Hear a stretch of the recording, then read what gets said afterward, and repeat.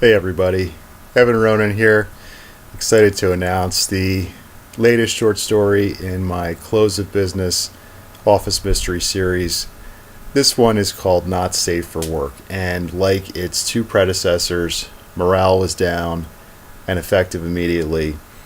It is a hilarious send up of the insanity, the sheer lunacy of working in an office and the culture underpinning kind of corporate America. So that's available now. It is the final one in the series. It's ridiculously priced at 99 cents. So all three short stories in the series are priced at 99 cents, and they're available on Kindle Unlimited. So they're great. They're real fun. They're real fast reads. You can read them in one sitting, especially if you're a fast reader like my wife. If you're a slow dunce reader like me, then it might take you a little bit longer. But anyway, why am I making this video? I promised to share an anecdote about kind of one of my own soul-sucking experiences in corporate America. So at my last job, one of my responsibilities was overseeing the quality assurance efforts on our project. And so from time to time, we would get the opportunity to present how we were doing, how the client thought we were doing, to senior leadership. And so what do I mean by senior leadership?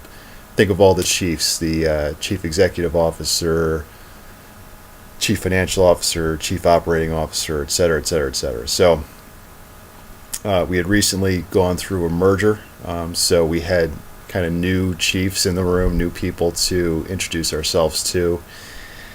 And it's my turn. I'm walking through the various things that I'm responsible for, and I'm just like chomping at the bit to get to quality assurance because I have nothing but great news to share.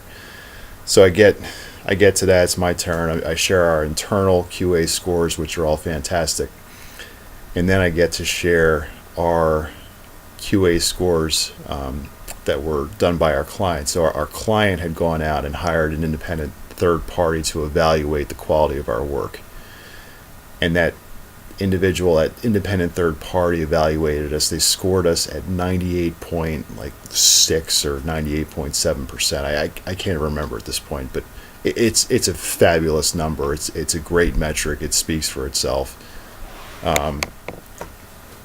The next best thing was the same people that evaluated us also evaluated all of our competitors, and all of their scores were publicly available. So not only was I able to show 98.6% quality score, I was also able to say, hey guys, and check this out. All of our competitors scored lower than we did, and a couple of them did by a significant margin. So not only were we doing great work just kind of objectively and independently, we were also outperforming all of our competition. So I get through this great presentation, and the CEO just kind of takes it in. He's sitting there, and he hasn't really reacted too much to any of this good news the whole time I'm talking. He does one of these, the nod, says, that's good. But how do we get that score up to 100%? And at that point, I knew my days in corporate America were numbered. I can't go into detail about what type of work we were doing. What I can say is we weren't making widgets. It was human beings performing kind of complex evaluations of very complicated fact patterns. So as they're presented with information, they've got to use their independent judgment, and then they spit out kind of this analysis at the end. So it's a very human process. And from my perspective, 98.6 and number one among your competitors was those two metrics really were. You're not going to get much better than that.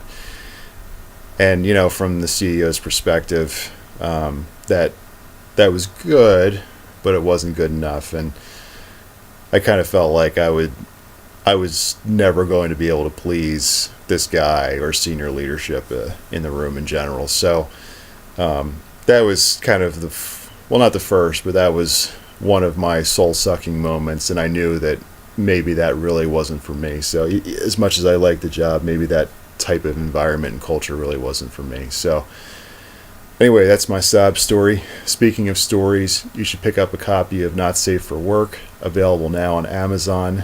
You can also borrow it for free through Kindle Unlimited. If you have ever worked in an office, I think you'll like this book. I make the promise that there's at least one belly laugh on every page. So, full disclaimer, the story is sure to offend almost everybody on planet Earth because it takes a few shots at some of the world's religions. So, you've been warned. Hope you enjoy it. Thanks for listening, everybody.